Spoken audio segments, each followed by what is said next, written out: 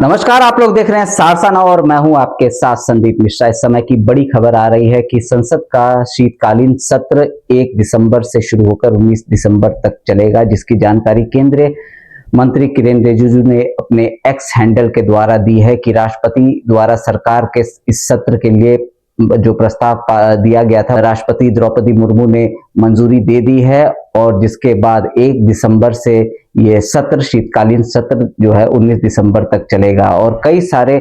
मुद्दों पर संसद में बात होगी। जिस तरह से अभी तक की जानकारी जो हमें मिल रही है कि कुल 15 बैठक इसमें हो सकती है। इससे पहले जिस तरह से मॉनसून सत्र हुआ था जो कि 21 जुलाई से शुरू होकर 21 अगस्त तक चला था, जिसमें भारी हंगामा देखने को मिला था, जिसके अंतर्गत ऑपरेशन सिंदूर पर भी 2 दिन तक उस पर चर्चा हुई थी। आपको बताते चलूं कि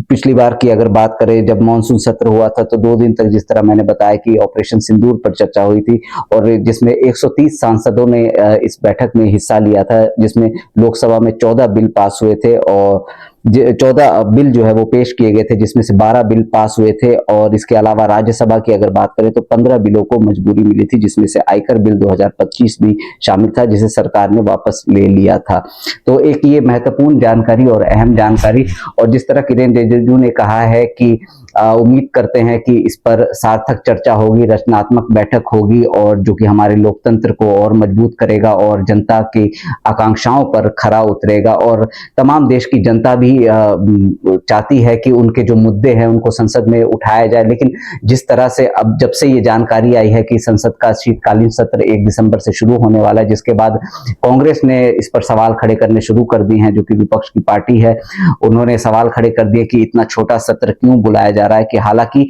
सत्र भले ही छोटा हो, लेकिन अगर रचनात्मक और सार्थक अगर उस पर चर्चा होती है तो कई सारे जनता के मुद्दों पर वहां पर फैसला लिया जा सकता है। जिस तरह से पिछली बार भी देखा गया था, कई मुद्दों पर हंगामे हो रहे थे और इस बार भी जिस तरह से उम्मीद की जा रही है कि हंगामा तो जरूर होगा, क्योंकि विपक्ष जरूर सरकार को घेरने की कोशिश करेगा, चाहे वो एसआईआर का मुद्दा हो, क्योंकि आपको बताते चले पश्चिम बंगाल समेत 12 राज्यों में जो है एसआईआर होना है, वोटर लिस्ट पुनरीक्षण, और जिस पर विपक्ष की तमाम पार्टी ने अभी से ही विरोध करना शुरू कर दिया। पश्चिम बंगाल की बात करें तो टीएमसी ने शुरू से ही इसका विरोध किया है। ममता सरकार लगातार जिस तरह से वहां पर प्रदर्शन देखने को मिल रहा है और जिस तरह से आसार लग रहे हैं कि संसद में भी हंगामा देखने को मिल सकता है। टीएमसी के साथ साथ कांग्रेस और आरजेडी और समाजवादी पार्टी समेत विपक्ष की कई पार्टियां जो है वो सरकार को घेरने की कोशिश कर सकती है। तो वहीं बेरोजगारी, भ्रष्टाचार जैसे मुद्दे भी इसमें और साथ ही साथ विदेश नीति को लेकर के भी सरकार को घेरने की कोशिश करेगी। लेकिन उम्मीद की जाती है कि एक सार्थक और रचनात्मक चर्चाएं हो और जनता के मुद्दे जो है वो संसद में सामने निकल के आए और जनता से जुड़े हुए जो बिल हैं वो संसद में पेश हो और जल्द से जल्द पारित हो, ताकि जनता को लोग चुन करके जनता भेजती है अपने सांसदों को आगे, ताकि उनके मुद्दों को वो वहां पर उठाएं। अब देखना अहम है कि किन किन मुद्दों पर वहां पर चर्चा होती है। लेकिन एक बार मैं फिर से आपको बता दूं कि संसद का शीतकालीन सत्र 1 दिसंबर से शुरू होकर 19 दिसंबर तक चलेगा। आप लोग यूं ही बने रहिए हमारे साथ, देखते रहिए सारसा नाउ। नमस्कार।